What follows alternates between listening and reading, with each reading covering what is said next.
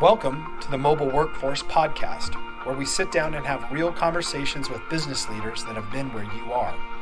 During these interviews, we'll dive into what it takes to improve systems and champion processes that maximize performance. Each week, our trailblazing guests share their experiences and understanding of the workforce to help inspire change, challenge our thinking, and share what it takes to successfully travel the road to profitability. Now here's our host, co-founder and chief evangelist of About Time and WorkMax, Mike Merrill. Hello and welcome to the Mobile Workforce Podcast. I'm your host, Mike Merrill, and today we're doing something a little bit different. I know that most of us are on break between Christmas and New Year's, so we thought we would use this week as an opportunity to do a bit of a recap from some of the conversations we had this last year.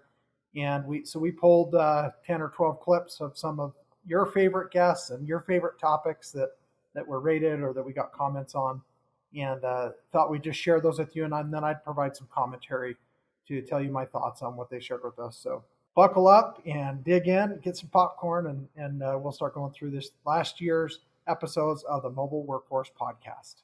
All right, so this first clip, we're going to hear from James Benham. James is the president of JB Knowledge and was a very popular guest, popular episode. And he's known as a construction technologist and an expert in the industry. And so with James, basically the episode that we had him on, we were talking about the technology trends that are gaining momentum for 2021. And we highlight some of the things that he learned in his study for their JB Knowledge Construction Technology Report. So let's take a listen to James, and then I'll share my thoughts and feelings on what he shared with us. I'd say, well, one of the glaringly obvious things is that spending is really not materially moving north, and I would like to see it moving north faster. So that's probably a disappointing side of things, that spending just isn't budging off of center, right? Secondly, we are continuing to see a big push into mobility. That wave is not a fad. It didn't die off, right? I mean, you're seeing, but we are seeing a desire from contractors to start consolidating some of their mobile solutions. So maybe instead of using 10, they want to use 5. So you're seeing some consolidation. Of course, you're seeing consolidation in general in the marketplace. Yeah. But you see that too. Like going digital means you're going to originate digitally. You're going to log the data digitally. You're going to route and workflow that data digitally. It's never going to get turned into an image. Anytime you're routing an image, that's paperless, and it's really a 90s solution to a 2021 problem. So that's certainly something else that we saw from the report. All right. So a couple of my takeaways from what James shared with us is, first of all, in construction, the IT spend has got to improve. We've got to do a better job at allocating more money and more resources to our IT initiatives. And we really need to be more on purpose with these things. There have been several studies that I have, and surveys that I've heard and listened to and watched and also dug into. And they all say that essentially construction, aside from agriculture and farming, is the very last of the major industries in the economy that are investing in technology and IT spend. So they're not spending near the money that all of the other industries are spending for these initiatives. The thing about it is, statistically also, the U.S. economy, the GDP, is made up of 6.3% related to the construction industry.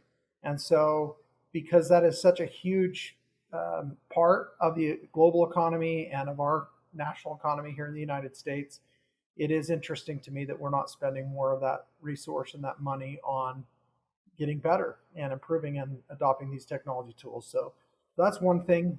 Also in their 2020 JB Knowledge Construction Technology Report, they also stated that in the last 5 years, the average has been 93 to 94% of construction companies are using their mobile devices, so smartphones, for tracking their jobs, basically work initiatives.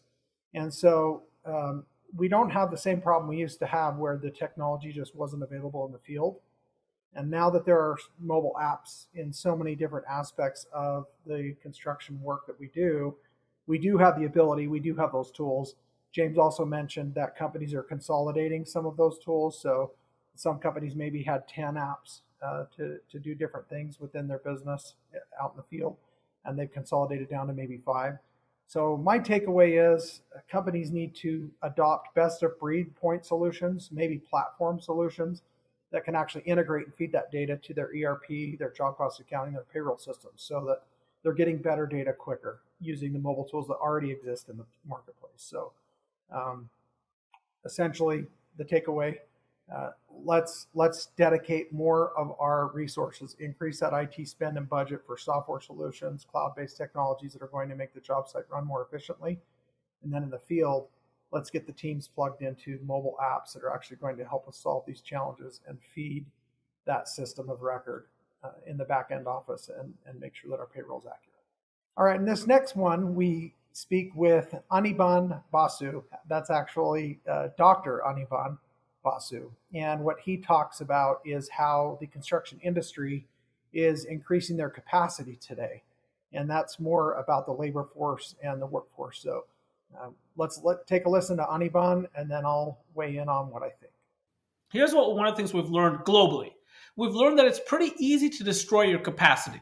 So it's pretty easy to lay off workers. It's pretty easy to shut down a manufacturing plant and take a tax write-off. It's very hard to rehire people and to reopen facilities. That's what we've found. And that's the thing we're dealing with right now. A lot of capacity was destroyed early in the crisis because people said, oh, it's going to be a deep recession. It's going to be 2008 again, and we need to cut costs right now to survive. And then all of a sudden the economy turns around as early as May of 2020. We start to add millions of jobs by that point. But now you have to rehire those workers. Where are they? Hard to rehire. You have to reopen those facilities. How are you going to do that? That's expensive. And so at the end of the day, that's the struggle we're part of right now, trying to get back up to speed to meet all the demand that's out there. And so that's what we've learned. And so if you destroy capacity as a firm, you better be careful because you never know when you're going to need it again. All right. So what we heard from Dr. Basu, who's known as an expert in not just construction technology, but also mainly an economist for construction. So he's kind of an economy guy, a guy that knows the numbers. He's with Sage Policy Group. But I always say he's got a hard hat on in his office because he leans heavily into construction. Keynote speaker at CFMA, again, a very powerful voice to our industry for the economy. And so what he is saying here is that companies are busy. Backlogs are up. They can't get to all their projects. They're short-staffed. They're short-handed. We don't have enough skilled labor out there. As I've traveled the country this last 4 to 6 months, some of the trade shows and conferences have got going again. And I've had the opportunity to talk with people from all over the place, all over North America, including Canada. And in many of those cases, people can't find enough skilled labor. And so I think he's saying, let's be a little bit more on purpose with our hiring practices and training and recruiting. More of the full episode talks about that, how we can recruit from other pools of talent, women, younger folks, colleges, universities, trade schools. So I think that the lesson here is let's not have an itchy trigger finger when it comes to the ebb and flow of our deal flow right now. Let's make sure that we have enough labor on hand so that as we continually get busy and busier, that we have the resource that we need to complete those projects and to keep ahead. All right, in this next clip, we're going to hear from Frank DiLorenzo and also Ben Harrison, and they are from Preferred Strategies. And what they talk about is the importance of data visualization and why we're doing that, why we need to be doing that, what companies are due to implement those types of tools. Let's take a listen. And I think part of it is having a better data strategy. So visualization is a part of that strategy, but if somebody out there is looking for just prettier dashboards, that means they're thinking, I need a report. If culturally they're ready to say, we need to be a data-driven company, the reason why so much of that data goes unused, I think, is because they don't have the bandwidth or the ability to get their arms around it in a meaningful way. So having a data strategy in place, allows us to greatly improve that. Having access to much greater data, hopefully accurate data, makes those visualizations much more impactful and value add. So, can I jump on that as well? Frank, I agree with you 100% that that idea that you've got all this data, and if it's just unstructured and there's no thought put to it, then it's really hard to get insight out of it. Yep. But if you have this data and you actually put a little bit of work into creating a data model, and honestly, that's one of the things we do as a company, that model now provides a framework so you can do the same types of things that Netflix does or Amazon does, right? So you've got a structured data set that now you can actually use tools that are available in something like Power BI to do some artificial intelligence digging through it, where it's, as Frank said, and analytics is about trends, correlations, and outliers. Machines do that really well, but they do that really well on a structured data set. So, really we're saying put 100 million records into a data set, structure it well, and then let a computer sort through that. And that's that other 85% of the data that you're saying never gets used. It could be used, but people probably won't be doing that. Machines are going to be doing that. They won't tell us the answer, but they're going to help ask new questions we didn't think of before.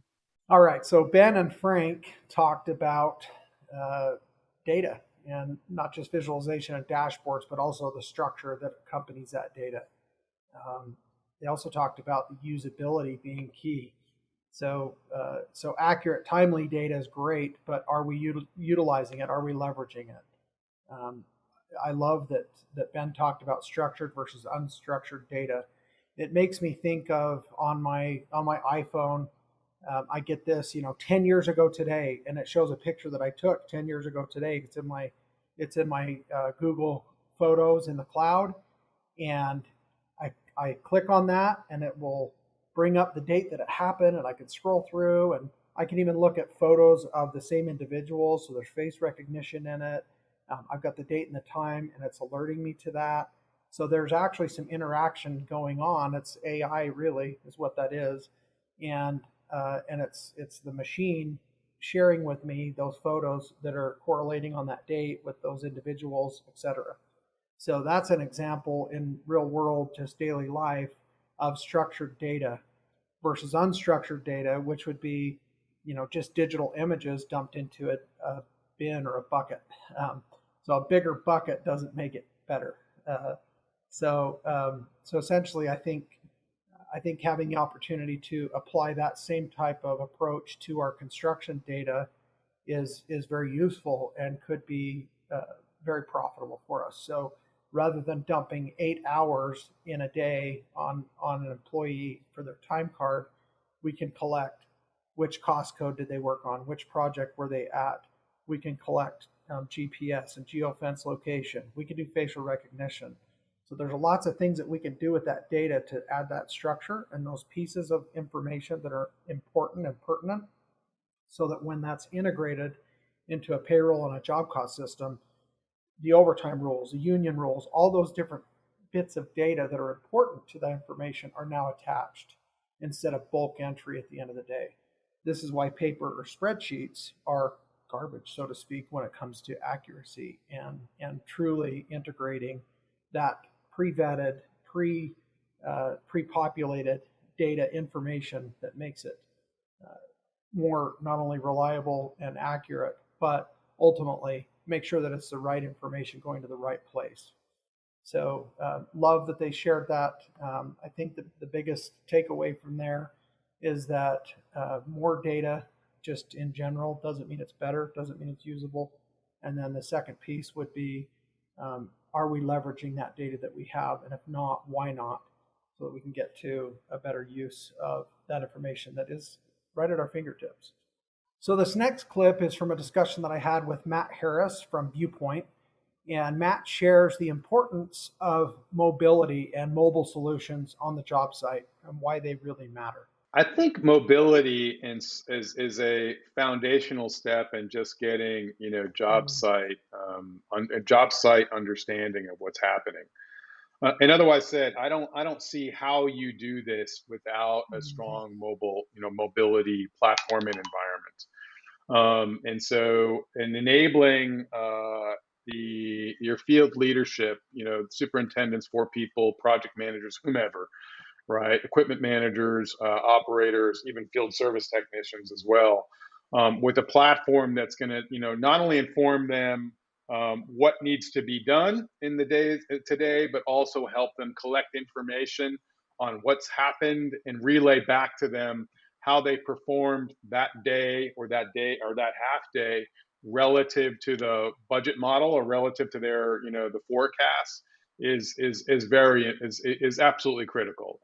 And the difference makers are the companies who are doing that, and giving their teams, giving their people on the ground, making it happen, the ability to be informed, not only acquire the data, but actually be informed about how they're doing on a regular basis is instrumental, right? And it's almost like if you're not doing that, it's like you're almost doing the project with a blindfold on, right?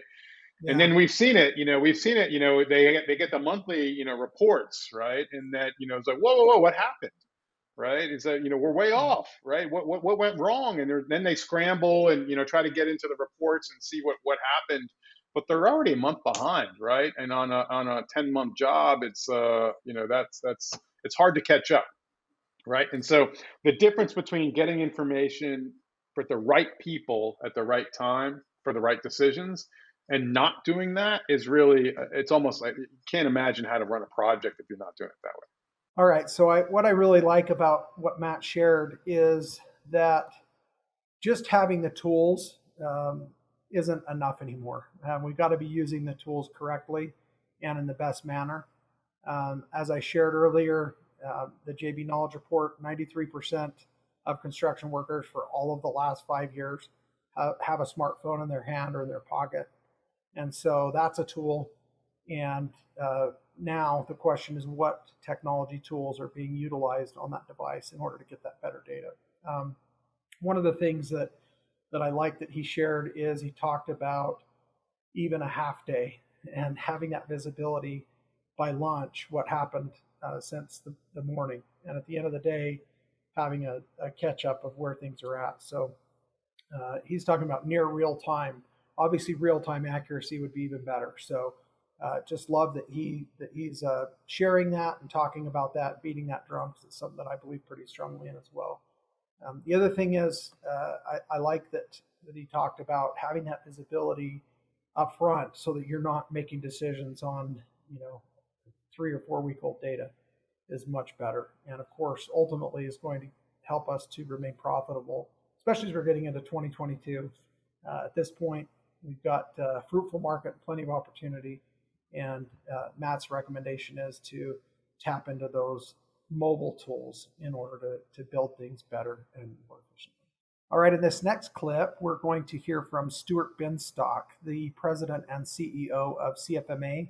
I've had Stuart on the podcast a few times this year, and I've really enjoyed each of those conversations. This particular one, he's talking about the importance of prioritizing mental health and also essentially the importance of individuals within an organization and a company and how important people are. Create a healthy and well-being kind of culture, a caring culture in your organization. That's one of the ways in which you can do this. I encourage folks to look at this needs analysis and integration checklist. And I think if a company goes through that, they'll probably learn some things along the way that they can do better to support their people. Because at the outset, and let me be very clear about this, the most important asset a construction company has are its people. And if you're not going to invest in your people, then you're missing out on the most valuable resource, then you're missing out on the place where you can probably make the biggest difference. All right. I love that Stuart shared how important people are to a construction company. I think it's the same for any organization out there. Love that he talked about the importance of creating that place where people feel safe and have that connection to other team members. I think we can all attest that when we work together with others and we have that camaraderie and also that teammate mentality, that it's a more enjoyable experience overall.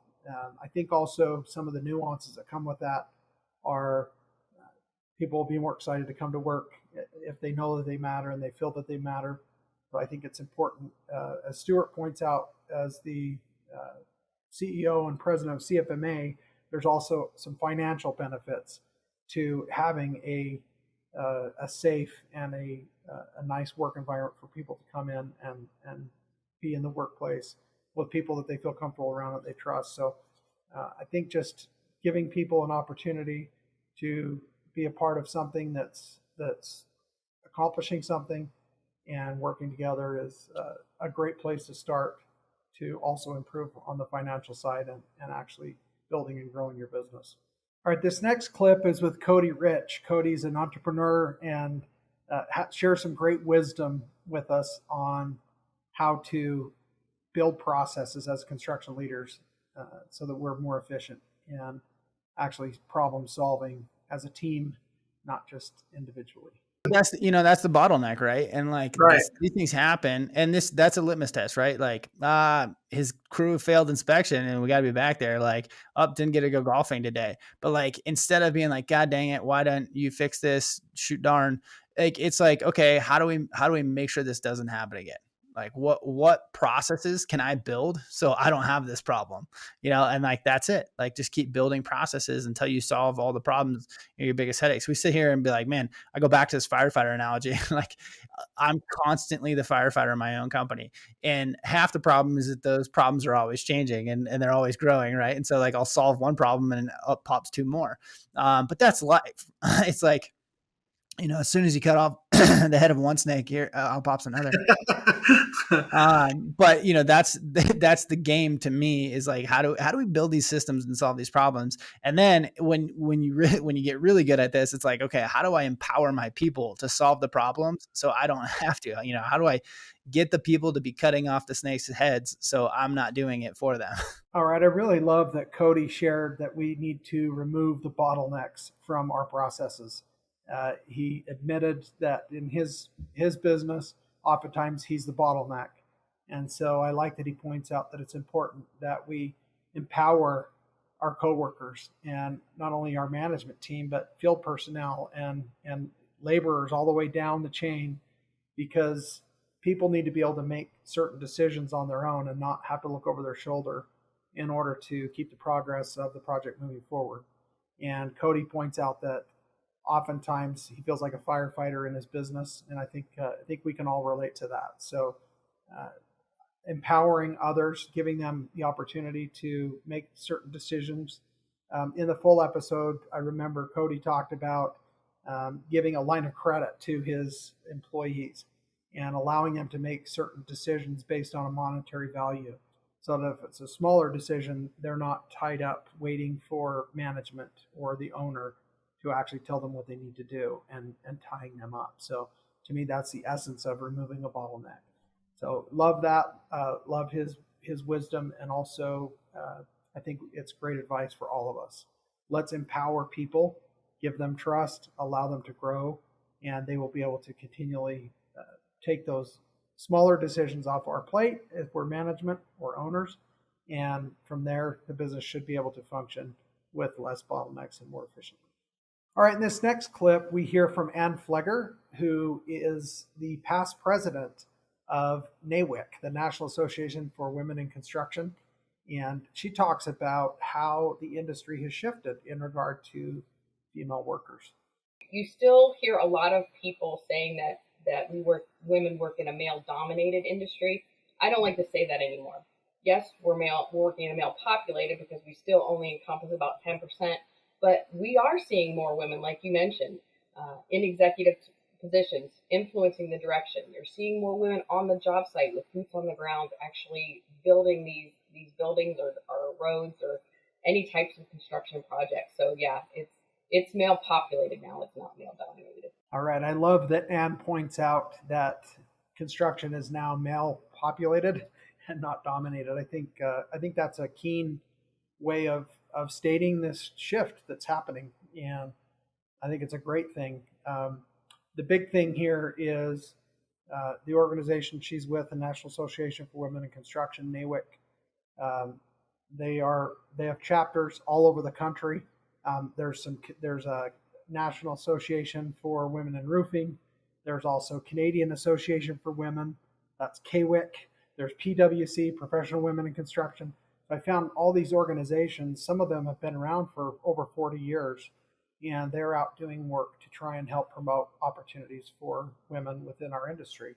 And so I think it's a great thing. It's certainly needed at this time. There's a lot of talent gaps. There are a lot of very sharp and capable women that we can leverage their abilities and their talents, and they can make a great living within the industry. So I appreciate what Ann shared with us and what she's doing, and others like her. And we probably support them and are excited that we were able to have them on the podcast and have that important discussion. All right, this next discussion clip is with Wayne Newitz. Wayne is with Viewpoint, and he talks and shares about the types of data that construction companies should be collecting. Any and all data is potentially valuable.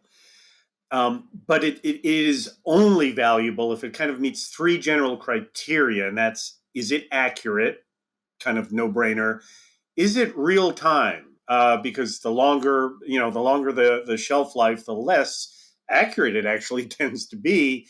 But also something we'll hopefully talk about a little bit is it connected? Are your data points connected, or do you just have a big old bucket of data that you have to go fishing through, right? So really any data is of value if it's accurate, real time, and connected. And that means you can put it to some use. All right. I love the points that Wayne made about the data and what makes it of value. And the first is accuracy. And he mentioned timely. And the more timely, then likely the more accurate. And then lastly, is it connected? Essentially, is that data able to be shared across platforms and people so that multiple stakeholders have the ability to interact with that data, not only just view it, but possibly interact. Also love the point that he made about the bucket of data and how a bigger bucket doesn't mean it's better. So I think I shared that a little earlier. I think that's really just some great stuff here. So appreciated having Wayne's input on the podcast.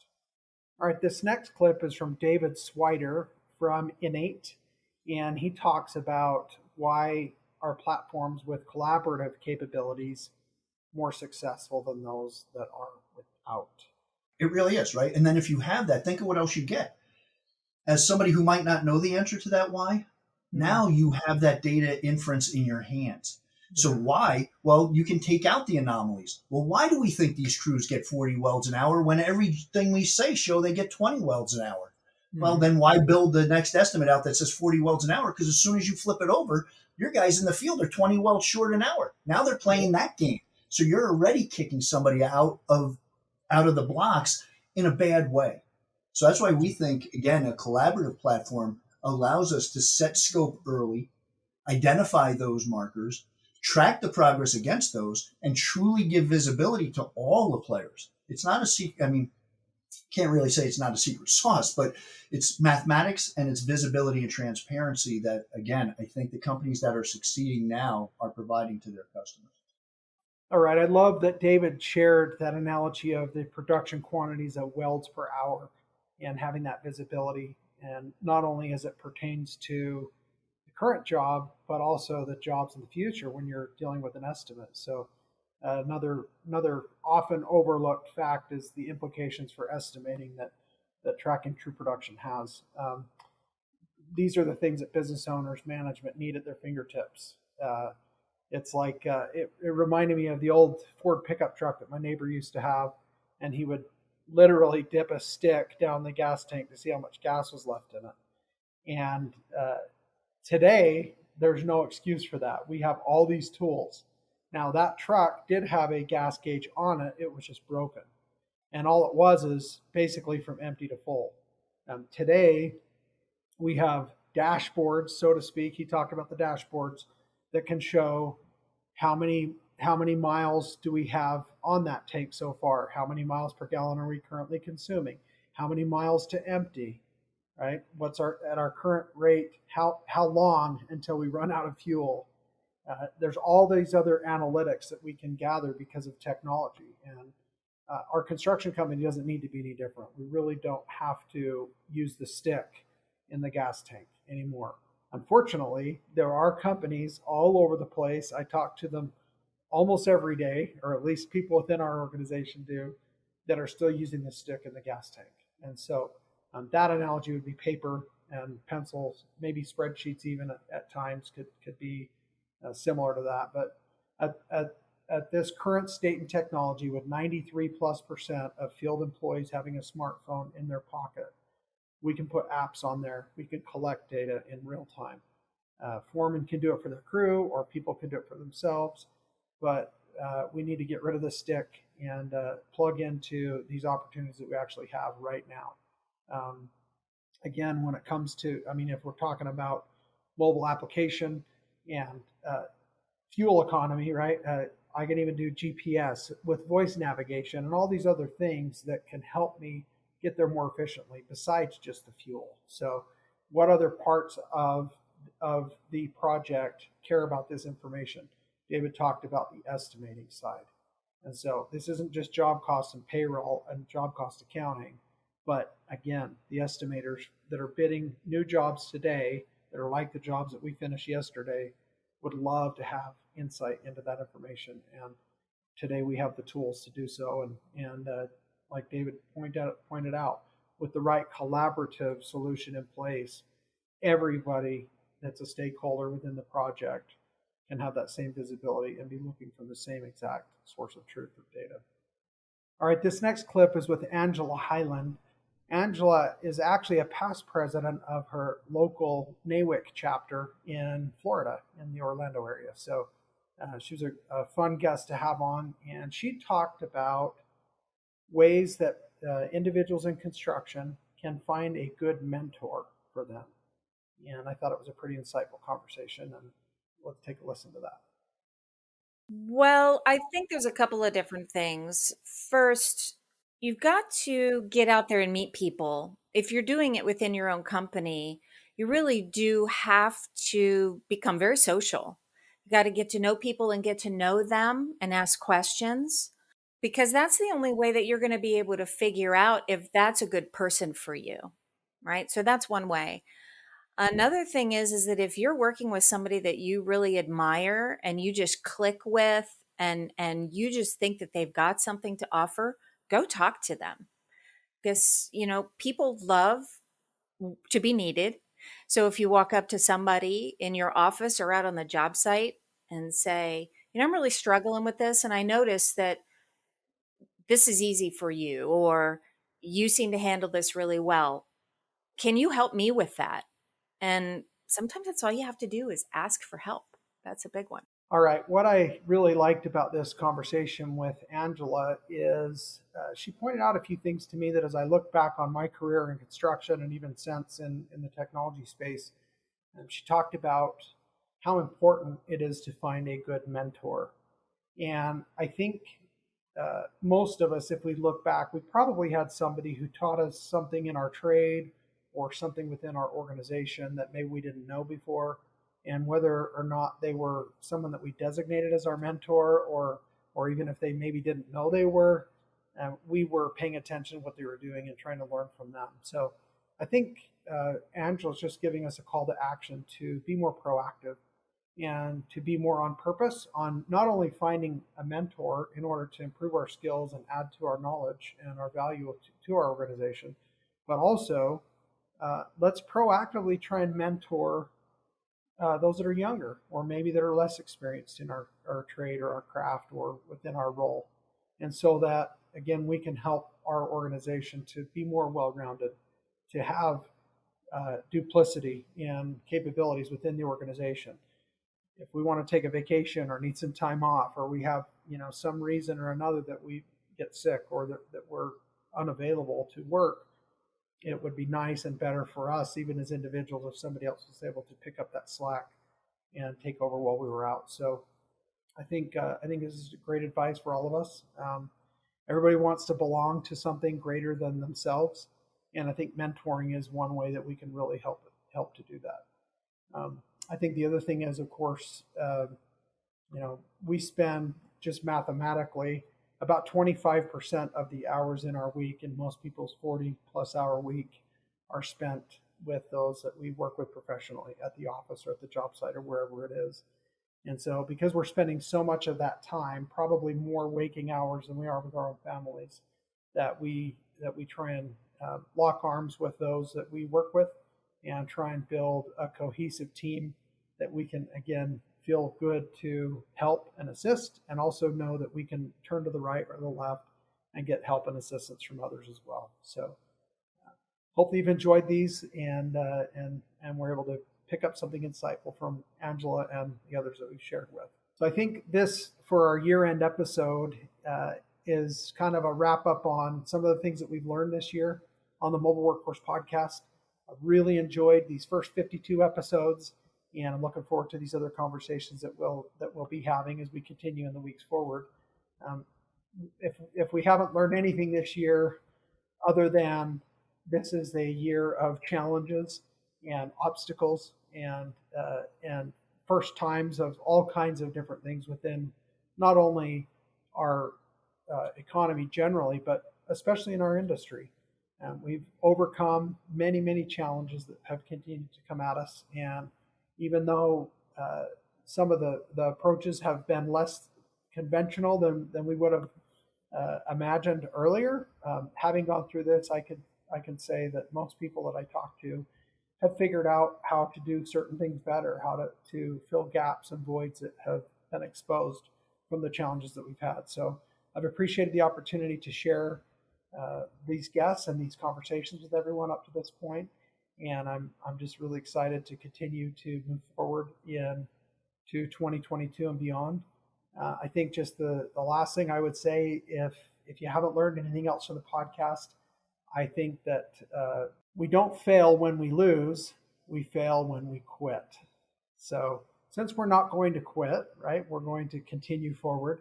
Let's grab ourselves by the technology bootstraps and pull our boots on and get out there in 2022 being bigger and better.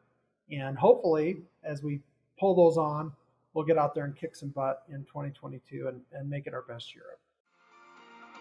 Thank you for joining us today on the Mobile Workforce Podcast, sponsored by About Time Technologies and WorkMax. If you liked the conversation we had today, or were able to learn anything new or helpful, please make sure to follow us on our WorkMax page on LinkedIn and on Instagram at WorkMax_. And subscribe to the show on iTunes or your preferred podcast platform so you will never miss another insightful episode. Also, if you enjoyed the podcast, please leave us a 5-star rating and review and share the show with your friends and colleagues. Your support means the world to us and will allow us to continue providing impactful information with others looking to improve their results in their business and, in turn, their life.